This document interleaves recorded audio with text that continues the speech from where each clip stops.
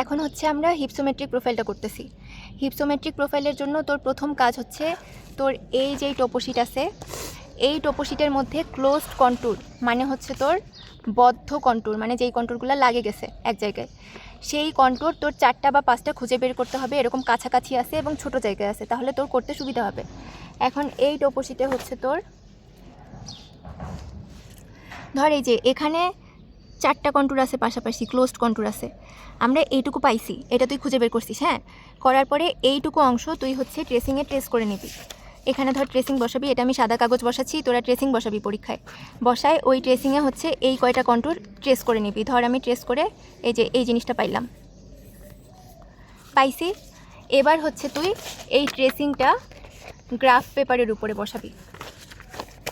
Tracing যখন graph পেপারের উপরে বসাবি, তুই তো নিচের ঘরগুলো দেখতে পাবি। এখন তোর কাজ হচ্ছে এই প্রত্যেকটা কন্ট্যুরের ভিতরে কয়টা করে ঘর আছে সেইটা হচ্ছে তোর কাউন্ট করা। এখন ধর এই ফার্স্টের যে এটা আছে, এটা হচ্ছে তোর 100 এর কন্ট্যুর।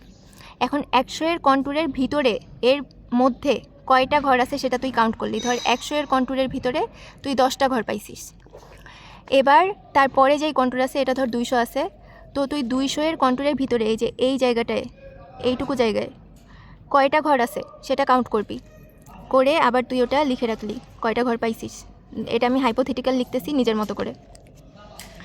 তারপরে আবার এই 200 এর কন্ট্যুরের বাইরে এবং 300 এর ভিতরে এইটুকু জায়গায়, এই জায়গাটুকুতে কয়টা ঘর আছে সেটা কাউন্ট করবি। ধর 300 এর জন্য আমরা আবার 10টা ঘর পাইলাম। তারপরে এই যে এই জায়গাটায় আবার 400 এর ভিতরে কয়টা আছে সেটা কাউন্ট করলি। এটা কাউন্ট করে পাইছিস। এখন আমাদের এখানে স্কেল হচ্ছে এই যে গ্রাফে একটা ছোট ঘর আছে, এই ছোট ঘর, এই এক ঘরের মান হচ্ছে 17.6 মাইল স্কোয়ার বা বর্গ মাইল। ঠিক আছে, তাহলে এক ঘরের মান আমরা পাইলাম 17.6 বর্গ মাইল, এটা হচ্ছে এরিয়া।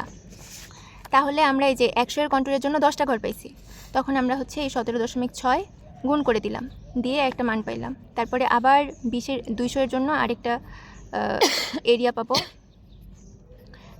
তারপরের কন্ট্যুরের জন্য আরেকটা এরিয়া পাবো, তারপরের কন্ট্যুরের জন্য আরেকটা এরিয়া পাবো।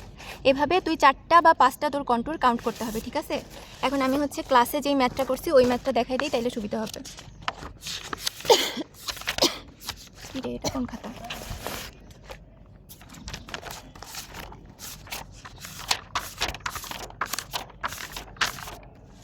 এই যে ক্লাসে আমরা 5টা কন্ট্যুর পাইছিলাম, ক্লোজড কন্ট্যুর। সেই 5টা কন্ট্যুরের এই যে এগুলো হচ্ছে আমরা ঘরের মান পাইছি, গ্রাফে ঘরের মান পাইছি।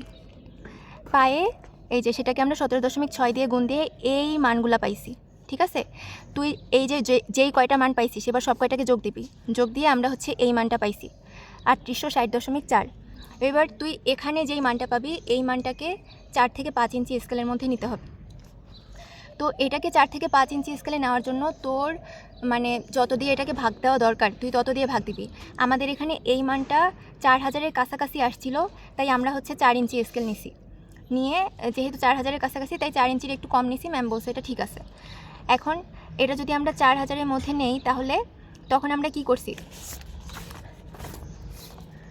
তখন হচ্ছে আমরা এই যে ধর গ্রাফে এই 4টা ভাগ নিছি, নিয়ে তাহলে আমাদের এই প্রত্যেকটা ইঞ্চির এরিয়া তখন হবে 1000 বর্গমাইল করে, কারণ আমরা 1 ইঞ্চি পুরা এরিয়া সমান হচ্ছে তোর 4000 মাইল নিলাম, 4 ইঞ্চি সমান, তাহলে 1 ইঞ্চির এরিয়া পাবো 1000 বর্গমাইল করে।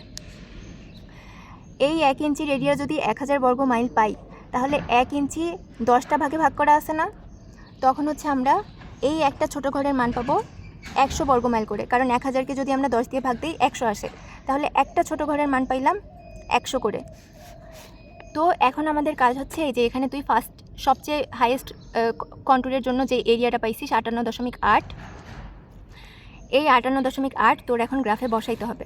এখন দেখ আমরা একটা ছোট ঘরের মান পাইছি 100 বর্গমাইল, তাহলে 58.8 কোথায় হবে, এই ছোট ঘরের মাঝ বরাবর, মাঝের একটু বাইরে হবে। তাইলে তুই এই মাঝ বরাবর উপরে গেলি 100-এর ওই জায়গায় একটা ফোঁটা দিলি। তারপরে তোর এরিয়া হচ্ছে 334.4, এইটা তোর এই 58.8 থেকে কাউন্ট করা লাগবে।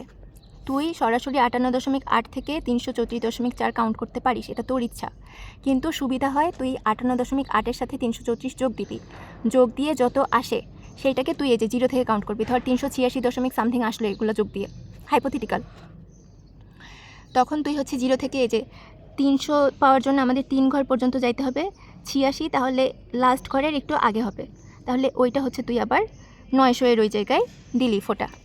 তারপরে আবার এই 3টা যোগ করবি, 3টা যোগ করে যত পাইলি, ধর 1000 সামথিং পাইছিস, সেইটা আবার খুঁজে বের করলি, করে 800-এর ওইখানে ওই ফোঁটাটা দিলি। তারপরে আবার এই 4টা যোগ করবি, যোগ করে যত আসে তত আবার তুই ধর এই জায়গায় দিলি। তারপরে লাস্টেরটা যোগ করলে তোর তো এইটাই পুরাটা চলে আসবে 3800 সামথিং, তাহলে 3800 হচ্ছে 4000-এর একটু আগে হবে এই জায়গায়। হইল, এবার জাস্ট এটা যোগ করে ফ্রি হ্যান্ডে যোগ করে দিবি, দিয়ে যেটা পাইলে এটাই হচ্ছে তোর হিপসোমেট্রিক কার্ভ। হিপসোমেট্রিক কার্ভ মূলত হচ্ছে এখানে হাইট আর এরিয়ার মধ্যে সম্পর্ক দেখানো হয়, একটা হাইট কতটুকু এরিয়া কাভার করছে, তো এইটা হচ্ছে তোর হিপসোমেট্রিক কার্ভ।